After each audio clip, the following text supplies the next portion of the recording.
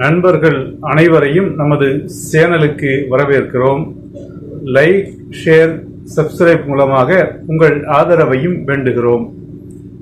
Iran, America இடையே கடந்த ஒரு மாதமாக தொடர்ந்து நடைபெற்று வரும் மோதலுடைய ஒரு தொடர்ச்சியாக அந்த மோதலை தணித்து மத்திய கிழக்கிலிருந்து போர் மேகத்தை அகற்றுவதற்கான முயற்சிகளின் ஒரு பகுதியாக வெள்ளிக்கிழமை ஓமன் தலைநகர் மஸ்கட்டில் அந்த அமெரிக்காவினுடைய குழுவும் அது மாதிரி ஈரானுடைய குழுவும் சந்தித்து கொண்டு ஒரு பேச்சுவார்த்தையை நடத்தியது. வெள்ளிக்கிழமை 2 சுற்றாக நடைபெற்ற இந்த பேச்சுவார்த்தைகள் நிறைவுற்று 2 குழுக்களும் அங்கிருந்து அந்த பேச்சுவார்த்தை அரங்கிலிருந்து வெளியேறிவிட்டனர். இந்த பேச்சுவார்த்தைக்குரிய சிறப்பான ஏற்பாடுகளை ஓமன் அரசாங்கம் செய்திருந்தது. பாரபட்சமில்லாமல் 2 குழுக்களையும் வரவேற்று அந்த 2 குழுக்களோடும் தனித்தனியே பேசி அதற்கு பிறகு தன்னுடைய கருத்துக்களை சொல்லி சமரசம் செய்து வைக்கும் முறையில் பல விஷயங்களை சொல்லி இந்த பேச்சுவார்த்தையை சிறப்பான முறையில் ஓமன் ஒருங்கிணைத்தது. அதற்கு ஈரானிய வெளியுறவுத்துறை அமைச்சரும் அமெரிக்க குழுவும் ஓமனுக்கு முதல்ல அந்த மஸ்கட் அரசுக்கு முதல்ல நன்றிகளை தெரிவித்துக் கொண்டிருக்கிறது.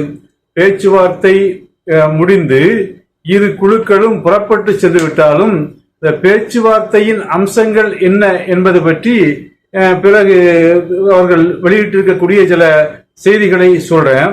அதுக்கு முன்னால இந்த பேச்சுவார்த்தை ஒரு வித்தியாசமான பேச்சுவார்த்தையாக இருந்தது. இந்த பேச்சுவார்த்தையில ஈரானிலிருந்து அதனுடைய வெளியுறவுத்துறை அமைச்சரும் அவரோடு வேறு சிலர்களும் பங்கெடுத்தாங்க. அது மாதிரி அமெரிக்காவிலிருந்து விட்கோஃப் அவர்களும் ஜாரெட் கோஷ்னர் அவர்களும் பங்கெடுத்திருந்தனர். அங்க 2 பேர் இங்க 2 பேர் என்று பங்கெடுத்திருந்த நிலையில திடீரென்று அமெரிக்க பேச்சுவார்த்தை குழுவில் அமெரிக்காவின் ராணுவ தளபதியும் பங்கெடுப்பார் என்று அறிவிக்கப்பட்டது. இது பற்றி அந்த ஈரானுடைய வெளியுறவுத்துறை அமைச்சரும் அந்த பேச்சுவார்த்தை குழுவின் முக்கிய பிரதிநிதியுமான அந்த அராக்சி சொல்லும் போது சொன்னார்கள், இது திடீரென்று ராணுவ தளபதியையும் பேச்சுவார்த்தை குழுவுக்குள்ள கொண்டு வருவது எங்களை அச்சுறுத்துவதற்கு செய்கின்ற வேலை போல இருக்கிறது. ஆனால் நாங்கள் அஞ்ச மாட்டோம். அந்த ஆப்ரஹாம் லிங்கன் என்ற கப்பலை கொண்டு இந்த பேச்சுவார்த்தைக்கு அரங்குக்குள் கொண்டு நடத்தினாலும் நாங்க அஞ்ச போவதில்லை என்று அவர் சொல்லியிருந்தார். அது மாதிரி இந்த பேச்சுவார்த்தை எப்படி இருந்ததுனாக்கா கேபிள்ல எதிரும் புதிருமா உட்கார்ந்து பேசுவது என்பது ஒரு முறை. ஆனால் இந்த பேச்சுவார்த்தை என்பது ஈரான் திட்டவட்டமாக சொல்லிவிட்டது, நாங்கள் பேச்சுவார்த்தை அரங்குக்குள் வந்திருக்கிறோம், ஆனால் அமெரிக்கர்களுடைய முகங்களை பார்த்து எங்களால் பேச முடியாது. அவர்கள் எங்கள் தேசத்திற்கு கடந்த 45 ஆண்டுகளாக செய்த துரோகங்கள் ஏராளம். அதனால அவர்களுடைய முகம் பார்த்து நாங்கள் பேச விரும்பவில்லை என்று சொல்லிவிட்டு இந்த ஈரானுடைய குழு ஒரு அறையில் அமர்ந்து கொண்டது. அமெரிக்க குழு இன்னொரு அறையில் அமர்ந்து கொண்டது. இப்ப இந்த 2 பேருக்கு மத்தியில தூதுக்குழுவாக இருந்தது அந்த மஸ்கட்டினுடைய அரசாங்கம். அப்ப அந்த மஸ்கட்டினுடைய அரசு பிரதிநிதிகள், இந்த பேச்சுவார்த்தைக்காக வேண்டி அமைக்கப்பட்ட அந்த பிரதிநிதிகள் ஈரானிடம் சென்று ஈரானுடைய ஒப்பீனியன் என்னங்கிறத கேட்பாங்க. கேட்டுட்டு அந்த அமெரிக்க குழுவிடம் போய் சொல்லுவாங்க. அதற்கு அமெரிக்க குழு சொல்லக்கூடிய பதில அங்கே இருந்து கேட்டுக்கிட்டு இங்க வந்து சொல்லுவாங்க. இப்படி இந்த நேரடி விவாதமாக இல்லாம ஒரு மறைமுக விவாதமாகத்தான் 2 பேரும் தனித்தனியே அமர்ந்து கொண்டு தூதுக்குழுவிடம் கருத்துக்களை சொல்லி பரிமாறக்கூடிய ஒரு விவாதமாகத்தான் இந்த விவாதம் இருந்தது. இந்த விவாதத்துல பங்கெடுத்த அந்த அமெரிக்கா வந்தாங்களா இல்லையா, அந்த 2 பேருமே யாரு, அந்த விட்கோ என்பவரும் கோஷ்னர் என்பவரும் 2 பேருமே யூதர்கள். அப்ப யூதர்கள் வந்தாக்கா எப்படி இருக்குங்கிறது தெரியும். இப்ப இஸ்ரேலுடைய அந்த சார்புகளை பார்த்து இஸ்ரேலுக்கு இது வசதியோ அந்த கருத்தை தான் செய்வாங்க, அவங்க சொல்லுவாங்க. இவங்க அல்லாதவங்க வேற யாராவது வந்திருந்தா கூட கொஞ்சம் வித்தியாசமான கருத்தை நம்ம எதிர்பார்க்கலாம். ஆக இந்த பேச்சுவார்த்தையினுடைய ஆரம்ப கட்டமே இப்படித்தான் இருக்கிறது. இந்த பேச்சுவார்த்தையில் பங்கெடுப்பதற்காக ஈரானுடைய வெளியுறவுத்துறை அமைச்சர் பயணப்பட்டார். எங்கிருந்து? தபஸ் நகரில் இருந்து அந்த மஸ்கட்டுக்கு அவர் வராரு.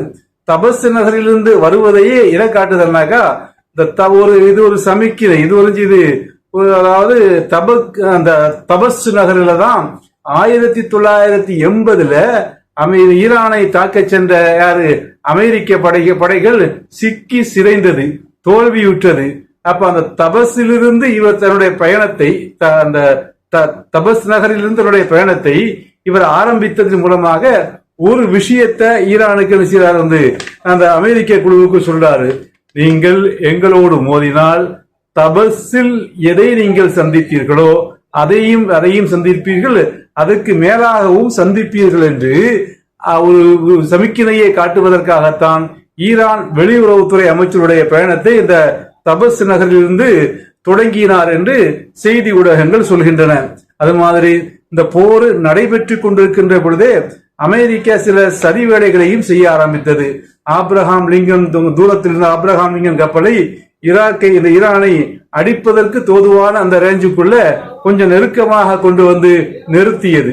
அது மாதிரி அமெரிக்கா தன்னுடைய குடிமக்களுக்கு நீங்கள் ஈரானை விட்டு, இந்த பேச்சுவார்த்தை நடக்கும் பொழுதே இதெல்லாம் வருகிறது, நீங்கள் ஈரானை விட்டு வெளியேறி விடுங்கள், துருக்கி மூலமாகவோ அல்லது அசர்பைசான் வழியாகவோ நீங்கள் ஈரானை விட்டு வெளியேறி விடுங்கள் என்ற ஒரு கட்டளையையும் தன்னுடைய குடிமக்களுக்கு பிறப்பித்திருந்தது. அவர்களும் வெளியேறி கொண்டிருந்தார்கள்.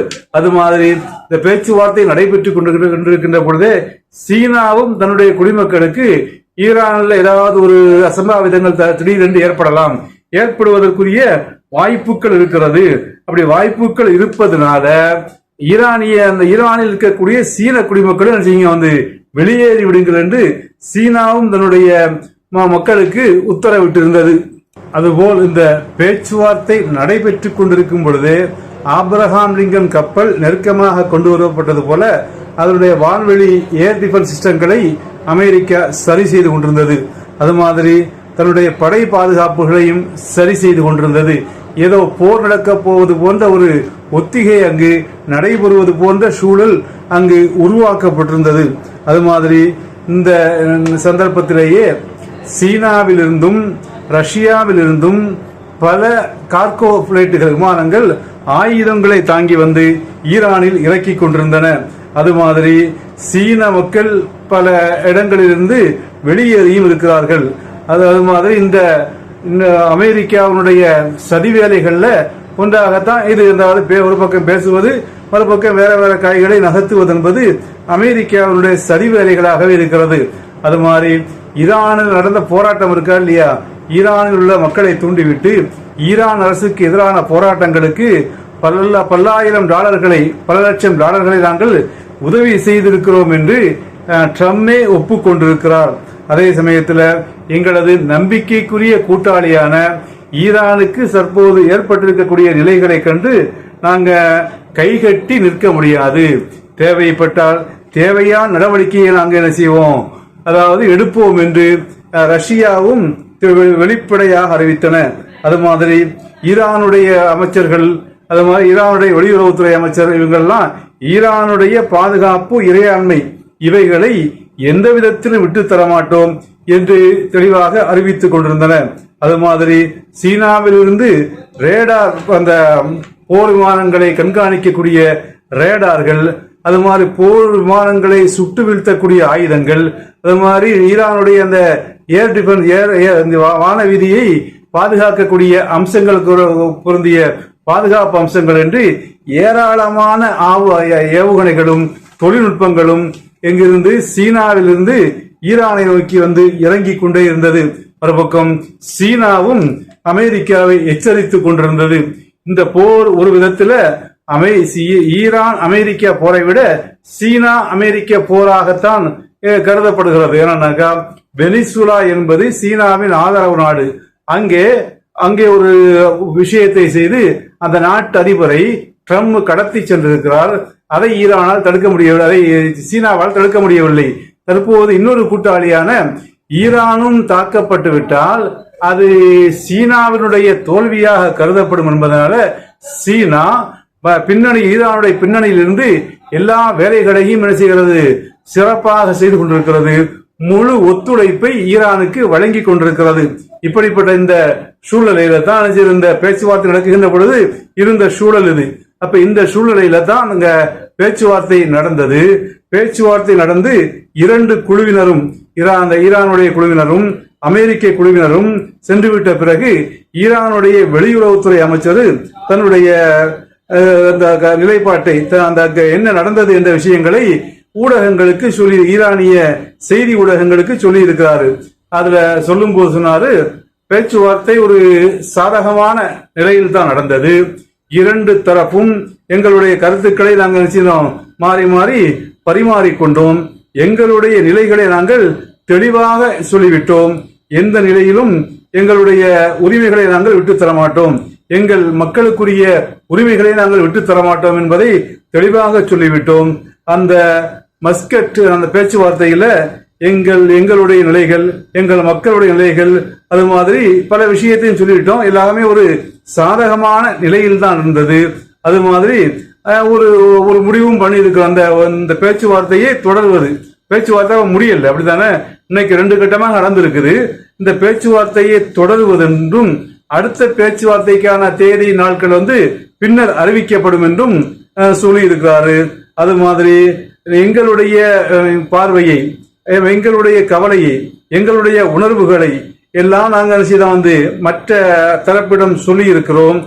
ரொம்ப நல்ல முறையில் தான் இருந்தது என்று அவர் சொல்வதோடு அடுத்த கட்ட பேச்சுவார்த்தைக்கான தேதியை விரைவில் அறிவிப்போம். அந்த முயற்சியின் போது என்ன செய்வோம், நாங்கள் இது முடிவின்பால் எத்துவோம் என்று முடிவெடுக்கப்படும் என்று ஈரானிய வெளியுறவுத்துறை அமைச்சர் சொல்லியிருக்காரு.